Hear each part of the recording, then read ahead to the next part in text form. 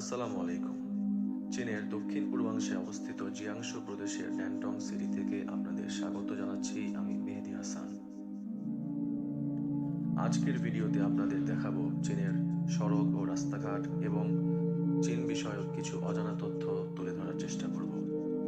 তো চলুন শুরু করা যাক। বহু বছরের অর্থনৈতিক স্থবিরতা আর দারিদ্র্যের মধ্য দিয়ে সময় পার করার পর ধুঁকতে থাকা এই একদলীয় কমিউনিস্ট রাষ্ট্রটি 1970-এর শেষ দিক থেকে অর্থনীতি উন্মুক্ত করতে এবং সংস্কারের পথে হাঁটতে শুরু করে। চীন একটি উন্নত রাষ্ট্র, আর উন্নত রাষ্ট্রের একটি অন্যতম বৈশিষ্ট্য হল মানসম্পন্ন সড়ক ও যোগাযোগ ব্যবস্থা।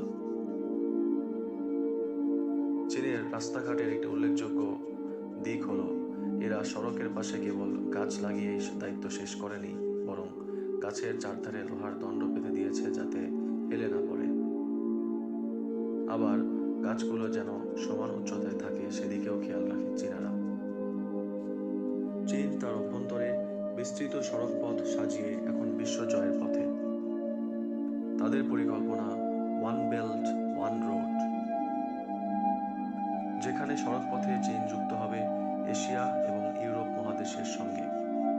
প্রস্তাবিত এই রুটটি কার্যকর করতে হলে খরচ হবে হাজার হাজার কোটি ডলার, এবং এর সিংহভাগ বহন করতে আগ্রহী চীন। তো আজ এই পর্যন্তই।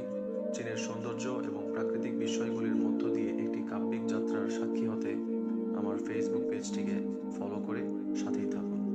এতক্ষণ সাথে থাকার জন্য ধন্যবাদ। খোদা হাফেজ।